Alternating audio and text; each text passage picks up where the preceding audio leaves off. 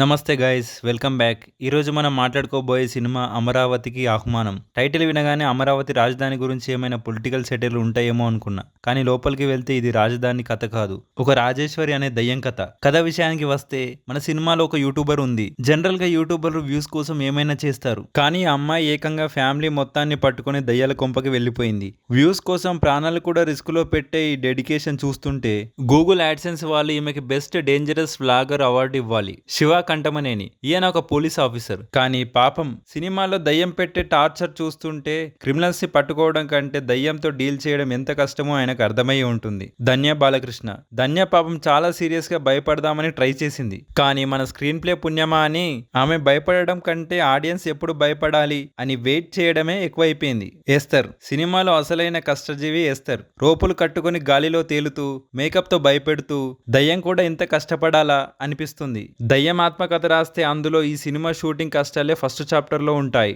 సినిమాలో హర్రర్ ఎలా ఉందంటే కొన్ని సీన్లలో మనం భయపడతాం, మరికొన్ని సీన్లలో దయ్యం అన్నయ్య ఎప్పుడొస్తావు అని పిలవాల్సి వస్తుంది. పాత బంగ్లా, కిర్రుమని శబ్దం చేసే తలుపులు, అద్దంలో కనిపించే ఆకారాలు, ఇవన్నీ చూస్తుంటే దయ్యాలకి కూడా క్రియేటివిటీ తగ్గిపోయిందా అనే డౌట్ వస్తుంది. కొంచెం కొత్తగా ట్రై చేయొచ్చు కదా రాజేశ్వరి గారు.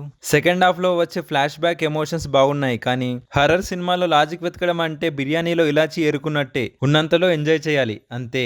చివరగా మీరు వ్యూస్ కోసం ఏదైనా చేసే యూట్యూబర్ అయినా, లేదా దయ్యం అంటే నాకు భయం లేదు అని కాలర్ ఎగరేసే బ్యాచిలర్ అయినా ఈ సినిమాకి వెళ్ళండి. అమరావతికి ఆహ్వానం ఉంది, కానీ తిరుగు ప్రయాణం మీ ధైర్యం మీద ఆధారపడి ఉంటుంది. ఇది నా పర్సనల్ ఒపీనియన్ మాత్రమే. మీరు సినిమా చూసుంటే మీకు ఏ సీన్ కామెడీగా అనిపించిందో కింద కామెంట్ చేయండి. వీడియో నచ్చితే లైక్ చేయండి, సబ్స్క్రైబ్ చేయండి, ఆ గంట కొట్టడం మాత్రం మర్చిపోకండి.